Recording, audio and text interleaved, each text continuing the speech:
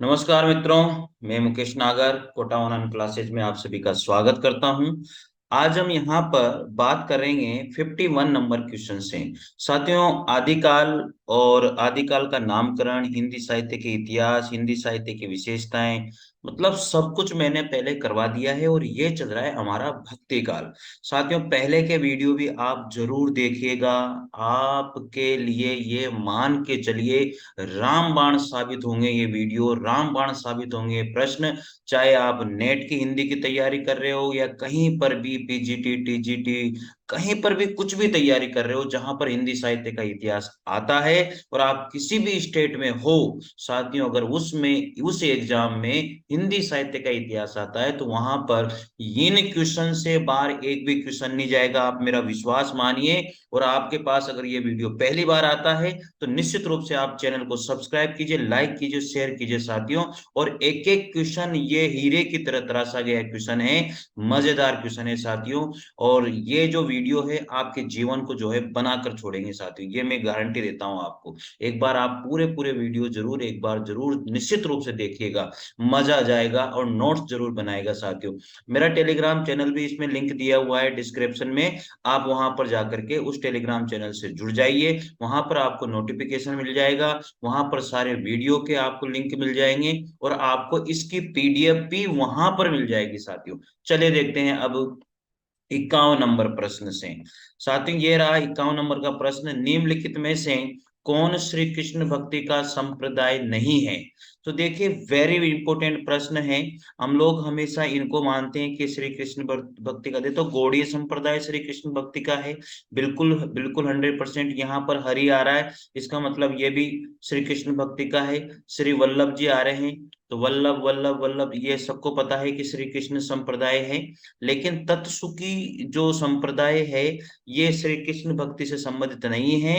ये तत्सुकी संप्रदाय के जो प्रवर्तक माने जाते हैं, आप सबको पता होगा, जीवाराम जी को माना जाता है।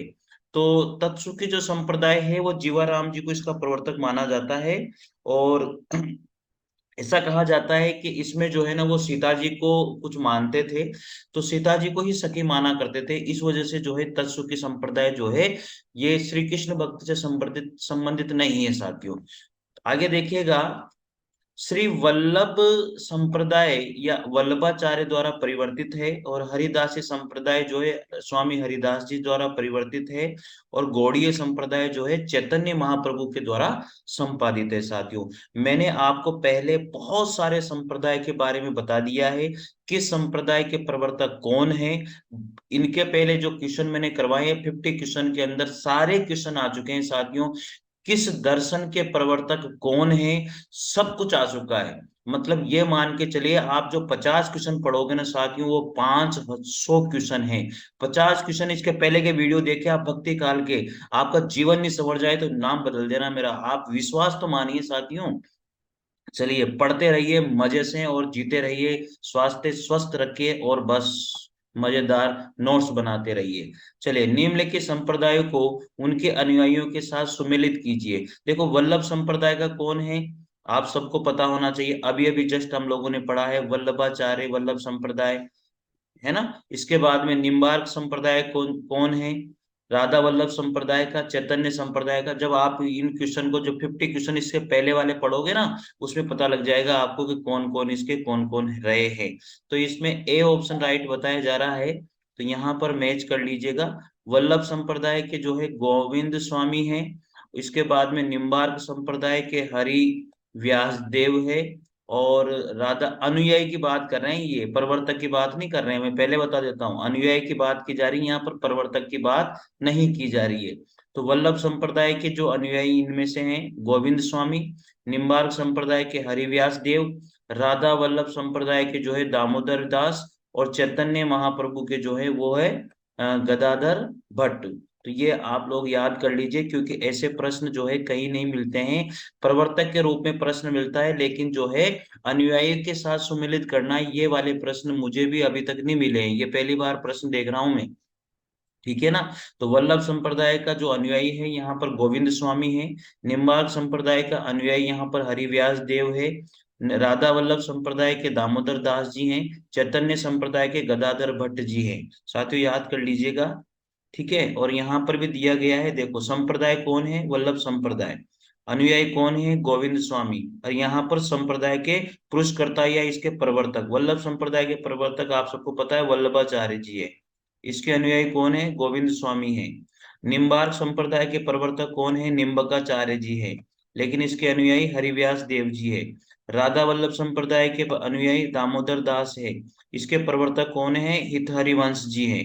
चैतन्य संप्रदाय के गदाधर भट्ट अनुयायी हैं, लेकिन इसके पुरस्कृतकर्ता या इसके प्रवर्तक कौन है, चैतन्य महाप्रभु है। हरिदासी सखी या टटी संप्रदाय के जो प्रवर्तक हैं, वो अनुयायी जो है जगन्नाथ स्वामी हैं। और इसके जो संप्रदाय के पुरस्कृतकर्ता या प्रवर्तक जो रहे हैं, वो स्वामी हरिदास जी रहे हैं। इस तरह से आप लोग अगर नोट्स बना रहे हो प्यारे मित्रों, तो मेरे को लगता है कि जीवन को संवारने वाले प्रश्न हैं। मतलब कहीं से कहीं अगर इन प्रश्नों को भी आपने कर लिया ना, इनसे बाहर कोई प्रश्न किसी भी एग्जाम में नहीं जाएगा। जहां पर भी हिंदी साहित्य का इतिहास आता है साथियों, अगर आपका आप बोलो तो मैं ग्रामर भी इस तरह से करवा दूं, आपकी ग्रामर भी हिंदी की हर एक टॉपिक ऐसा करवा दूंगा कि मजा आ जाएगा। एक बार कमेंट करके जरूर बताइएगा, ग्रामर भी क्या ऐसे ही पढ़ना चाहते हो आप। चलिए मिलते हैं अगले प्रश्न की ओर। 53 नंबर का, बरवे नायिका भेद का रचनाकार कौन है। बहुत बार अनेक बार ये प्रश्न आ चुका है, रहीमदास जी का। बरवे नायिका भेद किसकी रचना है, रहीमदास जी की रचना है। अनेक बार रहीमदास जी के बारे में इतने सारे क्वेश्चन पढ़ लिए, उनमें अनेक बार इसको पढ़ लिया भाई हमने। बरवे नायिका भेद रहीमदास जी की है। अंग दर्पण रसलीन की है। बिहारी सस्से बिहारी जी की है।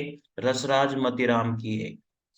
जहां पर भी आपने लिखे हों, वहां पर इनको भी नोट कर लीजिएगा, यूजीसी में आए हुए प्रश्न हैं।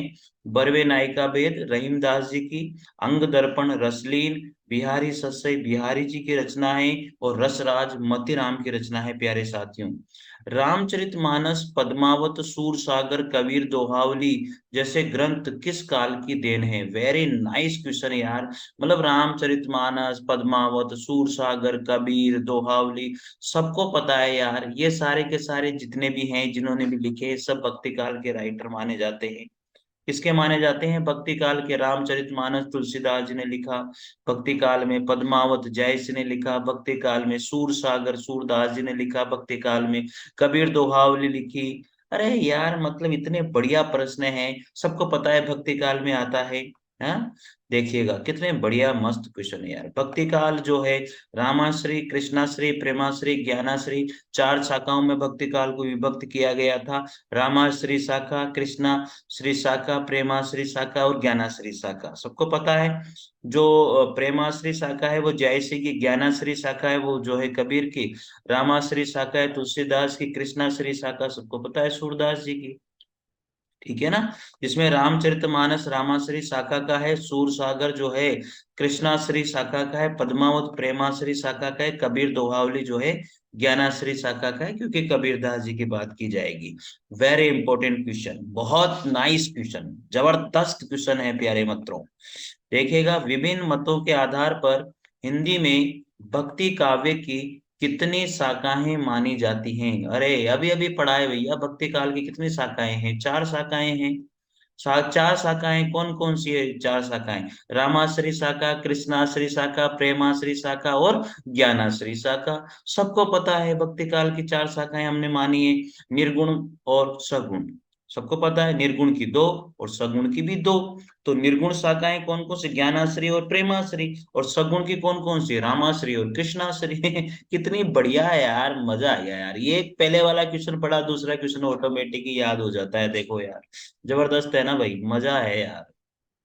आपको क्या लगता है यार मित्रों, आप भी कमेंट करके जरूर बताइएगा यार, कैसे प्रश्न है, मतलब आपको कैसा लगा पढ़ करके, कि यार इन प्रश्नों को पढ़ने से क्या आपको महसूस नहीं होता कि मेरे, मतलब इनसे बाहर मुझे लगता नहीं है कोई प्रश्न जाने वाला है। आपको भी लगता होगा ना यार मित्रों, जरूर कमेंट करके बताओ यार, जरूर बताना कि मतलब आपको ऐसा महसूस नहीं होता कि मेरे, देखो मैं तो अगर इन प्रश्नों को आप लोगों को पढ़ा रहा हूँ ना, मुझे तो बहुत ये है अच्छा लगता है। दूसरी बात ये है कि मुझे तो ये है, हमेशा दिल में ये महसूस होता है बार बार कि यार मुझे नहीं लगता कि इन क्वेश्चनों से कोई क्वेश्चन बाहर जाएगा। मतलब इतनी बड़े बड़े ग्रंथ पढ़ने की जरूरत नहीं है, और इनको ही पढ़ लिया जाए तो भी काम चल जाएगा साथियों। चलिए देखते हैं। अब यहाँ पर आता है प्रश्न 56 नंबर का। इसमें सूची वन और सूची दी गई है, मिलाना है। यानी कि जो है दर्शन दिए गए हैं और इनके प्रवर्तक दिए गए हैं। ठीक है ना। तो 56 नंबर का प्रश्न है। 56 नंबर में सी ऑप्शन राइट है साथियों। तो आप मैच कर लीजिएगा, सी ऑप्शन ये रहा यहाँ पर। अब इसको मैच कर लो। शुद्धाद्वैतवाद के प्रवर्तक कौन है? वल्लभाचार्य है। और अद्वैतवाद के प्रवर्तक कौन है? शंकराचार्य है। विशिष्टाद्वैतवाद के प्रवर्तक रामानुजाचार्य है। और द्वैतवाद के प्रवर्तक मध्वाचार्य है। इसकी शॉर्ट ट्रिक मैंने आप लोगों को बताई थी, देखिए। शुद्धाद्वैतवाद के प्रवर्तक जो है वल्लभाचार्य है। तो इसको वसु के नाम से याद कर लो, वसु, उल्टा याद करना है इसको, वसु। तो वल्लभाचार्य शुद्धाद्वैतवाद के। अद्वैतवाद के शंकराचार्य, तो और ये इसका तो अंश, अंश याद हो जाएगा। तो अद्वैतवाद के शंकराचार्य हो गए। विशिष्टाद्वैतवाद के रामानुजाचार्य हो गए। वीरा, वी और रा। विशिष्टाद्वैतवाद के रामानुजाचार्य हो गए वीरा, शॉर्ट ट्रिक बन जाएगी। और द्वैतवाद के मध्वाचार्य, तो डी एम, इसका डीएम बन जाएगा, डिस्ट्रिक्ट मजिस्ट्रेट। ठीक है ना। तो इसका डिस्ट्रिक्ट मजिस्ट्रेट बना लो, शॉर्ट ट्रिक। इस तरह से शॉर्ट ट्रिक बना लो और याद हो जाएगा। ठीक है ना। द्वैतवाद के मध्वाचार्य हो जाएगा साथियों। अरे मजे आ रहे हैं भैया। मैं तो मतलब क्या बताऊं, भक्ति काल के ऐसे प्रश्न आ रहे हैं कि दिल बाल बाल हो रहा है यार। शुद्धाद्वैतवाद के कौन है? वसु, वल्लभाचार्य। अद्वैतवाद के कौन है? अंश, शंकराचार्य। विशिष्टाद्वैतवाद के कौन है? वीरा, रामानुजाचार्य। द्वैतवाद के कौन है? देम यानी डीएम, मध्वाचार्य। देखो यार, याद हो जाते हैं, मतलब क्या बताओ यार। हो गए ना याद? ऐसे होंगे याद, तो आप बस ट्रिक बना के पढ़ते रहिए। आचार्य हजारी प्रसाद द्विवेदी के अनुसार निम्नलिखित संप्रदायों का सही अनुक्रम कौन सा है? अब यहाँ पर देखना है भाई, आचार्य हजारी प्रसाद द्विवेदी ने कैसे इनका अनुक्रम माना है। तो ब्रह्म संप्रदाय और सनकादि संप्रदाय, श्री संप्रदाय, रुद्र संप्रदाय, इनका जो अनुक्रम माना है वो सी ऑप्शन इसमें राइट है। तो आप अनुक्रम ये सोचिए कि सबसे पहले श्री आएगा। मतलब आचार्य जो हजारी प्रसाद द्विवेदी है, वो सही अनुक्रम जो मानते हैं। तो ऐसे याद रखिए कि सबसे पहले श्री यानी कि सबसे पहले लक्ष्मी जी की पूजा करेंगे हम लोग। उसके बाद में ब्रह्मा जी की पूजा करेंगे। उसके बाद में रुद्र यानी भगवान शिव की पूजा करेंगे। फिर सनकादि यानी कि सर्वधर्म, हिंदू धर्म, इस तरह से हम उसकी पूजा करेंगे। तो श्री ब्रह्म रुद्र शनाकधि, श्री ब्रह्म रुद्र शनाकधि, इस तरह से आप लोग इसको याद कर सकते हो। तो आचार्य हजारी प्रसाद द्विवेदी के अनुसार साथियों, ये प्रश्न भी मैं पहली बार ही पढ़ रहा हूं यहाँ पर। मतलब आचार्य हजार प्रसाद द्विवेदी ने कैसे माना है, यूजीसी नेट में आया हुआ प्रश्न है, वेरी इंपॉर्टेंट क्वेश्चन, मजा आ गया। तो श्री संप्रदाय के प्रवर्तक कौन है? श्री रामानुजाचार्य, श्री राम रामानुजाचार्य। और इसके ये किस दर्शन के प्रवर्तक है? वीरा। वीरा याद हो गया ना। तो विशिष्टाद्वैतवाद के प्रवर्तक है। ब्रह्म संप्रदाय के प्रवर्तक कौन है? ब्रह्म, इसमें म आ रहा है मध्वाचार्य, ब्रह्म संप्रदाय के। ब्रह्म, तो उसमें ब्रह्म संप्रदाय के उसमें म आ रहा है, तो मध्वाचार्य कर दो। और ये किसके प्रवर्तक? प्रवर्तक द्वैतवाद दर्शन इन्होंने दिया। रुद्र संप्रदाय के प्रवर्तक रुद्र, ओ विष्णु भगवान के अवतार, रुद्र संप्रदाय। तो कौन है इसमें? आपको पता लग रहा होगा, भगवान विष्णु। और विष्णु भगवान जो हैं, ये प्रवर्तक माने जाते हैं शुद्धाद्वैतवाद के। सनकादि संप्रदाय के जो प्रवर्तक हैं वो निम्बकाचार्य हैं। शनि, शनि बन जाएगा इसका, शनि। और जो है निम्बकाचार्य और द्वैतवाद दर्शन के प्रवर्तक इन्होंने दिया है। वल्लभ संप्रदाय के प्रवर्तक वल्लभाचार्य, शुद्धाद्वैतवाद दर्शन इन्होंने दिया है।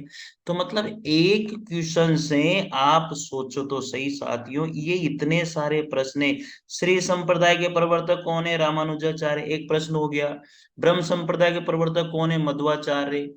रुद्र संप्रदाय के प्रवर्तक विष्णु स्वामी। सनकादि संप्रदाय के प्रवर्तक निम्बकाचार्य। वल्लभ संप्रदाय के प्रवर्तक वल्लभाचार्य। कितने प्रश्न हो गए? एक तो वो खुद हो ही गया, 1 2 3 4 5, पांच तो ये हो गए, 6 हो गए। अब इसके बाद में विशिष्टाद्वैतवाद के दर्शन का किसने दिया? रामानुजाचार्य ने दिया है। 7 हो गए। देतवाद का मध्वाचार्य ने 8 हो गए। शुद्धाद्वैतवाद विष्णु स्वामी ने 9 हो गए। देताद्वैतवाद निम्बकाचार्य ने 10। शुद्धाद्वैतवाद वल्लभाचार्य ने दिया। तो साथियों इस तरह से ये कितने सारे प्रश्न यहाँ पर हो जाते हैं। अब सोचिए आप, एक क्वेश्चन के अंदर 11 से 12 प्रश्न हो रहे हैं, कितनी जबरदस्त बात है।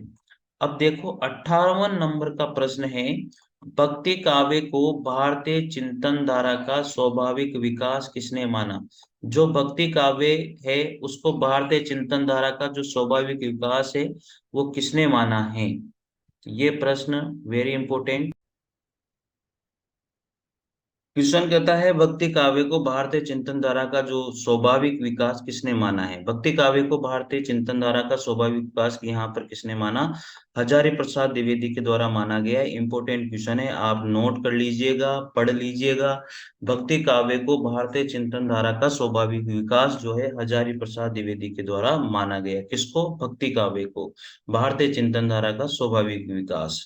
तो भाग भक्ति काव्य को भारतीय चिंतन धारा का स्वाभाविक विकास हजारी प्रसाद द्विवेदी जी ने माना है।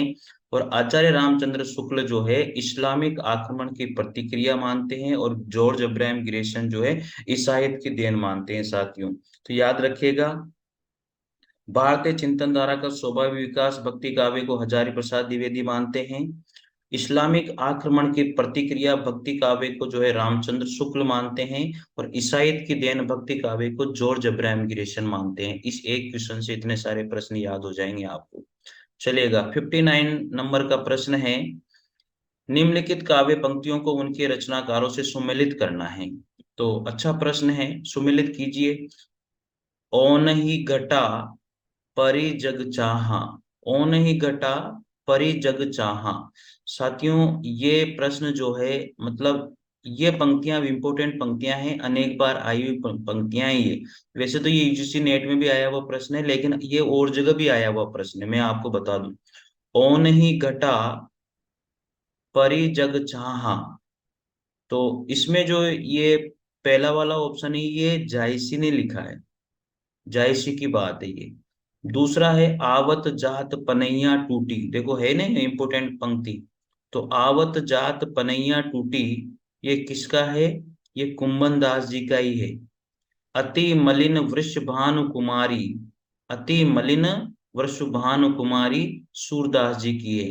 कीर्ति बनिति भूति बल सोही, कीर्ति बनिति भूति बल सोही, ये तुलसीदास जी की पंक्तियां हैं। इंपोर्टेंट पंक्तियां हैं साथियों, आप नोट कर लीजिएगा। चलिए आगे बढ़ते हैं। ओन ही घटा परि जग चाहा जयसी के द्वारा लिखी गई है। आवत जात पनैया टूटी ये अनेक बार पंक्ति आ चुकी है और अनेक कंपटीशन में आ चुके, कुम्मन दास जी की पंक्ति है। अति मलिन वृष भानु कुमारी सूरदास जी ने लिखा। कीर्ति भनिति भूति बलि सोही, देखो कीर्ति भनिति भूति बलि सोही तुलसीदास जी की पंक्ति है साथियों, अनेक जगह पर आ चुकी है पंक्ति। अब 60 नंबर का प्रश्न है, निम्नलिखित दार्शनिक सिद्धांतों को उनके संबंध कवियों के साथ सुमेलित कीजिए। देखो याद हो जाएगा कि किस दर्शन के कवि हैं। अब किस तरह से हमें याद करना है वो ध्यान रखिएगा। अब इसमें ए ऑप्शन आ रहा है, तो अद्वैतवाद जो है ये रैदास जी अद्वैतवाद दर्शन के कवि माने जाते हैं, रैदास जी। विशिष्टाद्वैतवाद दर्शन के जो कवि हैं वो तुलसीदास जी हैं। शुद्धाद्वैतवाद दर्शन के जो कवि हैं वो कुम्मन दास जी हैं। और सखी संप्रदाय के कवि जो हैं वो हरिदास जी है साथियों। इस तरह से आप लोगों को याद होना चाहिए। अद्वैतवाद दर्शन के जो प्रवर्तक, सॉरी प्रवर्तक नहीं है, ये कवि हैं। एक मतलब ये कवि किस दर्शन से रहे, या इस दर्शन से इनमें से कौन सा कवि रहा है, ऐसे मान लीजिए आप, ठीक है ना। अभी इसका जो है विस्तार से मैं नीचे बता दूंगा कि कौन सा क्या रहा है। तो अद्वैतवाद दर्शन के जो कवि हैं वो रहे हैं रैदास जी, ठीक है। विशिष्टाद्वैतवाद दर्शन के जो कवि रहे हैं वो रहे हैं तुलसीदास जी। शुद्धाद्वैतवाद दर्शन के जो कवि है वो कुम्भन दास जी। और सखी संप्रदाय के हरिदास जी रहे हैं साथ, हो जाएगा याद। चलिए डीएसएसबी में आया हुआ प्रश्न है, अद्वैतवाद रैदास जी रहे हैं और इसके अद्वैतवाद के प्रवर्तक शंकराचार्य थे। विशिष्टाद्वैतवाद के जो कवि है वो तुलसीदास जी हैं, इसके प्रवर्तक रामानुजाचार्य थे। शुद्धाद्वैतवाद के जो कवि हैं वो कुम्मन दास जी रहे हैं, प्रवर्तक वल्लभाचार्य जी हैं। सखी संप्रदाय के जो कवि हैं वो हरिदास जी हैं, और सखी संप्रदाय के जो प्रवर्तक है वो स्वामी हरिदास जी माने जाते हैं साथियों। तो इस तरह से यहाँ पर कवि भी दिया गया है और प्रवर्तक भी दिया गया है। तो प्रवर्तक नहीं पूछे तो कवि पूछ लेगा, क्योंकि कवि वाला पूछ लिया तो बड़ी कठिनाई हो जाएगी साथियों, बड़ी कठिनाई, इसलिए आप इसको याद रखिएगा, ठीक है ना। तो अद्वैतवाद के जो प्रवर्तक हैं वो शंकराचार्य हैं, कबीरदास जी हैं। विशिष्टाद्वैतवाद के प्रवर्तक रामानुजाचार्य हैं और कवि तुलसीदास जी हैं। शुद्धाद्वैतवाद के प्रवर्तक वल्लभाचार्य हैं और कवि कुम्मन दास जी हैं। सखी संप्रदाय के हरिदास जी और स्वामी हरिदास जी इसके प्रवर्तक माने जाते हैं। अद्वैतवाद के जो प्रवर्तक है वो कौन है? अद्वैतवाद दर्शन के प्रवर्तक कौन है? अंश शंकराचार्य जी हैं। शुद्धाद्वैतवाद के वसु वल्लभाचार्य जी, द्वैतवाद के डीएम मध्वाचार्य जी, विशिष्टाद्वैतवाद के वीरा रामानुजाचार्य। इस तरह से आप लोग यहाँ पर याद कर सकते हो, ठीक है। अब अगला प्रश्न आता है इसमें, ये प्रश्न हो गया भैया 61 नंबर का प्रश्न हो गया ना। चलिए अब साथियों ये 61 प्रश्न मैंने यहाँ पर करवा दिए हैं, और ये भक्ति काल की थोड़ी सी रूपरेखा हम लोगों ने पढ़ ली है। अब भक्ति काल के अंदर ही जो है, आप सबको पता है भक्ति काल को सगुण भक्ति और निर्गुण भक्ति में बांटा है। तो अब हम लोग जो है अगला जो टॉपिक आएगा भक्ति काल में ही संत काव्य हम लोग पढ़ेंगे साथियों। तो भक्ति काल में ही अगला टॉपिक है संत काव्य। अब संत काव्य वाला जो टॉपिक है वो यहाँ से शुरू होगा, वो 62 नंबर क्वेश्चन से हम लोग शुरू करेंगे, लेकिन वो अगले वीडियो में शुरू करूंगा साथियों। तो आप लोग टेलीग्राम चैनल को ज्वाइन कर लीजिए और इसकी पीडीएफ आपको वहां पर मिल जाएगी। तो ठीक है साथियों, और मेरे हिसाब से आपको अच्छा लगा होगा, आप निश्चित रूप से कमेंट करके बताइएगा कैसा लगा। मिलते हैं साथियों अगले वीडियो में, तब तक के लिए जय हिंद जय भारत। Thank you. मित्रों नमस्कार। बहुत बढ़िया होंगे आप सभी, अच्छा पढ़ रहे होंगे साथियों। बहुत जबरदस्त रेस्पॉन्स आप लोग दे रहे हो साथियों, और मैं मतलब रिस्पॉन्स मिलना भी चाहिए, क्योंकि ये इतने बढ़िया प्रश्न हैं हिंदी साहित्य के इतिहास के। आपकी प्रैक्टिस में ये चार चांद लगा रहे होंगे साथियों। साथियों जिसको भी वीडियो मिले प्लीज आप सब्सक्राइब कर लीजिए, ताकि आपको कोई भी नोटिफिकेशन मिले उससे आप छूटे नहीं। साथियों ये एक बड़ी बहुत बड़ी खुशखबरी है, जो बिहार में अभी जो है टीचर की वैकेंसी निकली हुई है, तो वहां भी जरूर फॉर्म डालिएगा आप लोग, ठीक है। और यहाँ पर इसी तरह के जो प्रश्न हैं मैं हिंदी ग्रामर के भी कराने वाला हूं, आप निश्चिंत रहिए। काव्य शास्त्र के भी इसी तरह के प्रश्न में करवाने वाला हूं, आपको मजा आ जाएगा साथियों। तो साथियों लाइक और शेयर और सब्सक्राइब कर लीजिए। चलिए बढ़ते हैं आगे। आज भक्ति काल की जो 3 श्रेणियों में भक्ति काल को बांटा गया है, उनमें से पहली श्रेणी की हम बात करेंगे, वो है हमारे यहाँ पर संत काव्य। कौन सी श्रेणी है साथियों? संत काव्य। अब आज इसका हम लोग शुरू करते हैं, श्री गणेश करते हैं, भगवान ईश्वर अच्छा करेगा आप लोगों के साथ। कबीरदास में जो रहस्यवाद पाया जाता है वह अधिकतर सूफियों के प्रभाव का कारण है। कबीरदास में जो रहस्यवाद पाया जाता है वो अधिकतर सूफियों के प्रभाव का कारण है। ये कथन किसका रहा है? तो साथियों ये जो कथन है यह आचार्य रामचंद्र शुक्ल जी का ये कथन रहा है। तो आप लोग हमेशा तैयार रखिए और अपने नोट्स बनाते रहिए, जीवन सफल हो जाएगा साथियों। चलिए बढ़ते हैं आगे। इसकी व्याख्या है, कबीरदास में जो रहस्यवाद पाया जाता है वो अधिकतर सूफियों का प्रभाव है। यह कथन आचार्य रामचंद्र शुक्ल के द्वारा कहा गया था। शुक्ल जी कबीरदास को संत काव्यधारा का प्रथम कवि मानते हैं। वेरी नाइस क्वेश्चन साथियों, कि जो कबीरदास जी थे संत काव्यधारा के प्रथम कवि माने गए हैं, और ऐसा कौन मानते हैं? ये आचार्य रामचंद्र शुक्ल मानते हैं साथियों। और कबीरदास जी की जो भाषा रही है वो सदुकड़ी भाषा रही है। कौन सी भाषा रही है? सदुकड़ी भाषा रही है। तो कबीरदास में जो रहस्यवाद पाया जाता है वो अधिकतर सूफियों के प्रभाव का कारण है, ऐसा आचार्य रामचंद्र शुक्ल ने कहा। और आचार्य रामचंद्र शुक्ल जो है कबीरदास को जो है संत काव्यधारा के प्रथम कवि मानते हैं, और कबीरदास जी की जो भाषा रही है वो सदुकड़ी भाषा रही है। इतने प्रश्न यहाँ से बनते हैं। चलिए अगला प्रश्न है 63 नंबर का। जो तीरिया पीहर बसे सूरत रहे पीऊ माही, ऐसे जन जग में रहे गुरु को भूले नहीं। एक बार फिर पढ़ते हैं। ज्यों तीरिया पीहर बसे सूरत रहे पीऊ माही, ऐसे जन जग में रहे गुरु को भूले नहीं। किसने कही ये पंक्तियां साथियों? यह सहजोबाई के द्वारा ये पंक्तियां कही गई है। तो याद रखिएगा, सहजोबाई के द्वारा ये पंक्तियां कही गई है। सहजोबाई जो है कौन थी? वो निर्गुण काव्य धारा की संत कवयित्री थी। याद रखना, लिख लो लिख लो लिख लो इसको, कि सहजोबाई जो है वो निर्गुण काव्य धारा की क्या है? संत कवयित्री रही थी। ये महात्मा चारण दास की शिष्या थी। ये सबसे इंपॉर्टेंट बात है कि सहजोबाई निर्गुण काव्य धारा की संत कवयित्री थी और इनके जो गुरु थे वो चारण दास जी रहे थे। तो सहजोबाई किसकी शिष्य थी? चारणदास जी थी। सहजोबाई के गुरु का नाम चारणदास था। सहजोबाई के द्वारा रचित जो कृति है वो सहज प्रकाश है। सहजोबाई के द्वारा जो कृति लिखी गई वो कौन सी लिखी गई थी? सहज प्रकाश। अगला प्रश्न है, प्रभु जी तुम चंदन अम पानी, जाकी जग अंग बास समानी।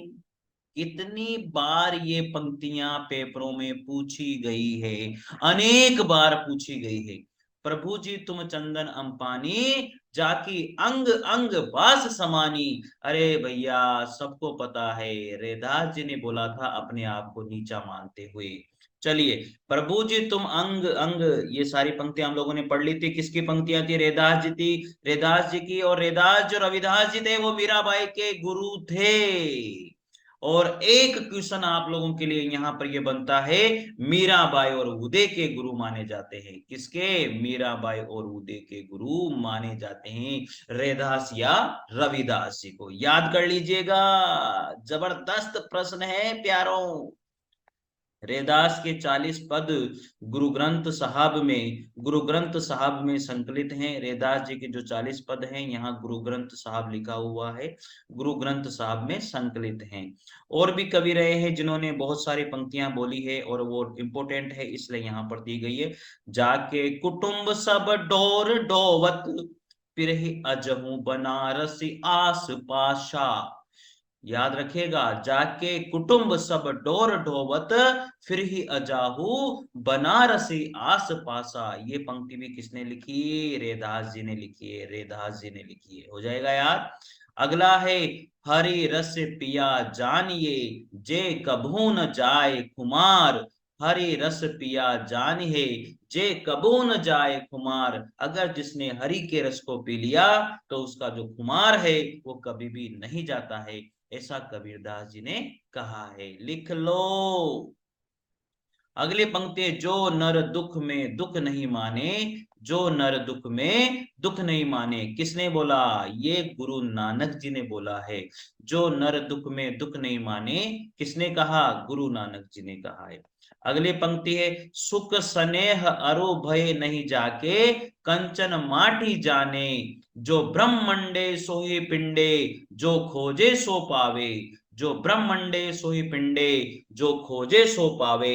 ऐसा किसने कहा? पावे मतलब पीपा जी ने। पावे मतलब पीपा जी ने कहा है।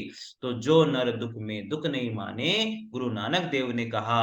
हर हरि रस पिया जानिए, जे कभू न जाए कुमार। किसने कहा? कबीरदास जी ने कहा। और जाके कुटुंब सब ढोर ढोवत, फिर ही अजहू बनारस आस पासा। ये रैदास जी के द्वारा कहा गया है। प्रभु जी तुम चंदन में पानी, और जाके अंग अंग बास समानी। ऐसा भी रैदास जी ने ही कहा था। साथियों, वेरी इंपॉर्टेंट क्वेश्चन है। मतलब मैं बार बार अपने वीडियो में बोलता हूं, इन प्रश्नों को पढ़ने के बाद में शायद आपको कहीं पढ़ने की जरूरत नहीं है, ऐसा मेरा मानना है। क्योंकि मेरा तो दिल खुश हो जाता है और आपका भी होता होगा। जरूर कमेंट कीजिए साथियों। अगला प्रश्न है, द निर्गुण द निर्गुण school of Hindi poetry, the निर्गुण स्कूल ऑफ हिंदी पोइट्री इनमें से किसका शोध ग्रंथ है? इनमें से किसका शोध ग्रंथ है? तो यह है डॉक्टर पीताम्बर दत्त बड़तवाल का। याद रखिएगा, द निर्गुण स्कूल ऑफ हिंदी पोइट्री, इनमें से शोध ग्रंथ है ये डॉक्टर पीताम्बर दत्त बड़तवाल का। याद हो जाएगा। अगला है यहाँ पर, डॉक्टर श्याम सुंदर दास के मार्गदर्शन में पीताम्बर दत्त बड़तवाल ने हिंदी का प्रथम शोध हिंदी काव्य में निर्गुण संप्रदाय, हिंदी काव्य में निर्गुण संप्रदाय शीर्षक से किया था, और डॉक्टर श्याम सुंदर दास के मार्गदर्शन में। तो ये क्वेश्चन भी बन जाता है कि पीताम्बर दत्त बड़तवाल ने जो है हिंदी का प्रथम शोध कौन सा रखा और किसके मार्गदर्शन में किया। तो इनका जो प्रथम शोध रहा है वो हिंदी काव्य में निर्गुण संप्रदाय और डॉक्टर श्याम सुंदर दास के मार्गदर्शन में इन्होंने ये काम किया था। जो डॉक्टर पीताम्बर दत्त बड़त्वाल ये हिंदी के प्रसिद्ध साहित्यकार है, आलोचक है और निबंधकार भी रहे हैं। डॉक्टर पीताम्बर दत्त बड़तवाल स्वतंत्र भारत में हिंदी में डीलिट की उपाधि प्राप्त करने वाले पहले शोधार्थी माने जाते हैं। लिख लो, नहीं मिलेंगे ये प्रश्न आपको। पीताम्बर दत्त गोस्वामी तुलसीदास तथा रूपक रहस्य के सहलेख और कबीर ग्रंथावली और रामचंद्रिका के संपादक भी माने गए हैं। वेरी इंपॉर्टेंट क्वेश्चन, याद कर लीजिएगा। इन्होंने डॉक्टर पीताम्बर दत्त बड़तवाल ने गोरखनाथ की रचनाओं का संपादन गोरख बानी नाम से किया था। पहले भी आ चुकी है ये बात कि डॉक्टर जो पीताम्बर दत्त बड़तवाल है उन्होंने गोरखनाथ की रचनाओं का संपादन गोरख बानी नाम से किया। और पीताम्बर दत्त बड़तवाल ने गोस्वामी तुलसीदास और रूपक रहस्य के सह लेखक रहे और कबीर ग्रंथावली और रामचंद्रिका का इन्होंने संपादन किया था। याद रख लीजिएगा, ठीक है। चलिए अगला प्रश्न देखते हैं। 66 नंबर का प्रश्न है, महाराष्ट्र के भक्तों में सबसे पहले किसका नाम आता है? महाराष्ट्र के भक्तों में सबसे पहले नाम आता है नामदेव जी का। सबसे पहले नाम आता है नामदेव जी का। तो याद हो जाएगा ना, महाराष्ट्र के भक्तों में सबसे पहले नाम आता है, नाम आता है, नाम आता है, तो नामदेव जी का ही आता है। हो गया याद। चलिए अब नामदेव जी के बारे में पढ़ लेते हैं। महाराष्ट्र के भक्तों में सबसे पहले संत नामदेव जी है। नामदेव के समय में नाथ और महानुभाव पंथों का महाराष्ट्र में प्रचार हुआ। महाराष्ट्र में महानुभाव और बारकरी नामक दो संप्रदाय प्रचलित थे। कौन कौन से? महानुभाव और बारकरी। महानुभाव संप्रदाय के जो प्रवर्तक हैं वो चक्रधन, और बारकरी संप्रदाय के जो मूल प्रवर्तक है वो संत पुंडलिक माने जाते हैं। लिख लीजिएगा भाई, ठीक है, याद हो जाना चाहिए। जो महाराष्ट्र में उस समय जब ये थे, उस समय पहले संत थे, उस समय दो संप्रदाय थे, एक तो महानुभाव और एक बारकरी संप्रदाय। तो महानुभाव संप्रदाय के प्रवर्तक रहे हैं चक्रधन और बारकरी संप्रदाय के मूल प्रवर्तक रहे हैं संत पुंडलिक। याद हो जाएगा। संत नामदेव का यहाँ पर हम संक्षिप्त परिचय देते हैं। किस संप्रदाय से थे? संत नामदेव बारकरी संप्रदाय से थे। इनका जन्म 1135 में हुआ, मृत्यु 1215 में हुई। और इनकी जो जाति थी नामदेव जी की, वो दर्जी थे। और इनके गुरु का नाम था बिसोबा खेचर। नामदेव जी के गुरु का नाम बिसोबा खेचर था। और इनकी जो रचनाएं रही है वह अभंग मराठी में लिखी और गुरु ग्रंथ साहिब इन्होंने हिंदी में लिखी है। तो याद रख लीजिए, गुरु ग्रंथ साहिब ज्यादा पूछा जाता है, लेकिन ये अभंग मैंने एक जगह पेपर में देखी थी भाई, पेपर में आई थी। अभंग जो है मराठी में लिखी गई रचना है, लेकिन किसकी थी? इनकी नामदेव जी की रही है। ये आप थोड़ा सा ध्यान रख लीजिएगा। 67 नंबर का प्रश्न है, किस संत ने विदेशी आक्रमणकारियों के विरुद्ध आवाज उठाई? कौन संत थे जिन्होंने विदेशी आक्रमणकारियों के विरुद्ध आवाज उठाई थी? वो थे Guru Nanak. Very very important question साथियों, नहीं मिलेगा आपको, लिखवा लो मेरे से। तो किस संत ने विदेशी आक्रमणकारियों के विरुद्ध आवाज उठाई थी? वो थे गुरु नानक जी। कौन थे? गुरु नानक देव। संत गुरु नानक देव ने विदेशी आक्रमणकारियों के विरुद्ध आवाज उठाई। गुरु नानक देव का परिचय यहाँ पर दिया गया है। गुरु नानक देव का जन्म 1469 ईस्वी तलवंडी लाहौर में हुआ। इनकी माता का नाम तृप्ता था, पिता का नाम कालू चंद खत्री था और पत्नी का नाम सुलक्षणी था। गुरु नानक देव का पूरा परिचय दिया गया है, यहाँ पर आप पढ़ लीजिए, ठीक है। गुरु नानक देव का जन्म 1469 में तलवंडी लाहौर में हुआ। इनकी माता का नाम तृप्ता, पिता का नाम कालू चंद खत्री, पत्नी का नाम सुलक्षणी। इनके पुत्र थे श्री चंद, जिसके उदासी संप्रदाय की स्थापना करी थी। याद हो जाएगा। इनके पुत्र का नाम, इनके दो पुत्र थे, एक तो एक का नाम श्री चंद था, एक का नाम लक्ष्मी चंद था। तो श्री चंद ने तो जो है उदासी संप्रदाय की स्थापना करी थी। ये बात आपको याद हो जाना चाहिए। गुरु नानक जी के जो निम्नलिखित ग्रंथ रहे हैं, जप्पू जी साहब, आसदी बार, रही रास और सोहिला और नसीहत नामा, जो खड़ी बोली में इन्होंने लिखा। गुरु नानक का रागी नाम का मुसलमान जो है शिष्य भी था। जो गुरु नानक देव थे उनका एक मुसलमान शिष्य था, उसका नाम था रागी, ठीक है। जो गुरु नानक नाम के जो है गे पदों को वो गाया करता था। याद कर लीजिएगा, गुरु नानक का पूरा दिया हुआ है यहाँ पर। 68 नंबर का प्रश्न है, माया महा ठगनी अमजानी। माया महा ठगनी अमजानी, अनेक बार ये पंक्तियां मैंने पेपरों में देखी है, आप लोग ध्यान रखिएगा। माया महा ठगनी अमजानी किस भक्त कवि का कथन रहा है? तो कबीरदास जी का रहा है, क्योंकि फेमस पंक्तियां हैं और कबीरदास जी भी फेमस है, इसलिए पूछा जाता है बार बार। माया महा ठगनी अमजानी, तो कबीरदास जी की बात यहाँ पर की गई है। तो देखिएगा कबीरदास जी के बारे में, माया महा ठगनी अमजानी कबीरदास जी का कथन है। इस कथन के माध्यम से कबीरदास ने माया का सूक्ष्म विश्लेषण हमें दिया है। महाठगनी के रूप में व्यक्त किया है। इसके जाल में केवल गुरु के ज्ञान के द्वारा ही निकला जा सकता है। कबीरदास का जन्म 1398 ईस्वी में लहरतारा वाराणसी में हुआ था। निधन 1518 ईस्वी में हुआ मगहर बस्ती में। ठीक है। रामानंद कबीरदास जी के गुरु थे, आप सबको पता होगा। कबीरदास जो है साक्षर नहीं थे, अतः उनकी वाणियों का संग्रह उनके शिष्य धर्मदास ने बीजक नामक ग्रंथ में किया था। वेरी वेरी इंपॉर्टेंट बातें हैं। इनके तीन भाग हैं, साकी, सबद और रमेनी। ठीक है। अब साकी की बात हम लोग यहाँ पर करेंगे। इनके तीन भाग थे, साकी, सबद और रमेनी। साकी क्या है? कबीर की शिक्षाओं और सिद्धांतों का निरूपण अधिकतर साके में हुआ। जो कबीर की शिक्षाएं थी और इनके जो सिद्धांत थे उसका निरूपण अधिकतर हमने साखी में किया है। साखियों में दोहे के साथ साथ सोरठा छंद का प्रयोग देखने को मिलता है। साखियों में दोहे के साथ साथ सोरठा छंद का प्रयोग हमें देखने को मिलता है। आगे बात करेंगे यहाँ पर शबद की। तीन भाग थे ना, शबद, रेमेनी और साकी। शबद जो है गे पद है। कौन सा पद है? गे पद है।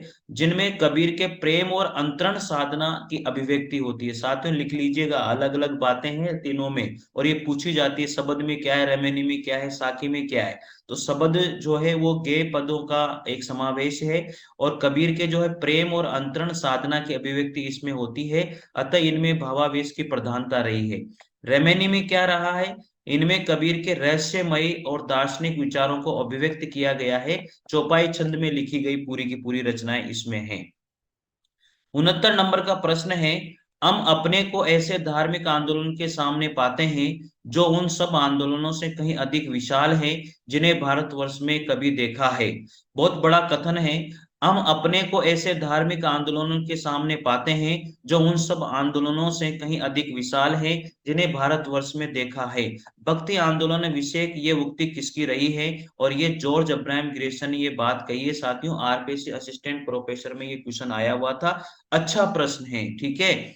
हम अपने को ऐसे धार्मिक आंदोलनों के सामने पाते हैं जो उन सब आंदोलनों से कहीं अधिक विशाल है। अधिकतर इसमें आचार्य रामचंद्र शुक्ल की बात हम लोग लगा देते हैं, लेकिन साथियों ये हटकर प्रश्न है तो जॉर्ज अब्राहम ग्रेसन इसमें रहेंगे, तो आप लोग नोट कर लीजिएगा। ठीक है। भक्ति आंदोलन के विषय में इन्होंने ऐसा कहा है। भक्ति आंदोलन के विषय में और भी राइटर हैं जिन्होंने और भी बातें कही है, उनको नोट डाउन आप कर लीजिएगा। सबसे पहले बात हमने जॉर्ज अब्राहम ग्रेसन की करी। अब आचार्य यहाँ पर हजारी प्रसाद द्विवेदी ने क्या कहा भक्ति काल के बारे में? ये कहते हैं, ये बात अत्यंत उपहासास्पद है कि जब मुसलमान लोग उत्तर भारत में मंदिर तोड़ रहे थे तो उसी समय अपेक्षाकृत निरापद दक्षिण भारत में भक्त लोगों ने भगवान की शरणागति की प्रार्थना की। मुसलमानों के अत्याचार के कारण यदि भक्ति की भावधारा को उमड़ना था तो पहले उसे सिंध में या उत्तर भारत में प्रकट होना चाहिए था, पर प्रकट हुई वो दक्षिण भारत में। ऐसा किसने कहा? आचार्य हजारी प्रसाद द्विवेदी ने कहा।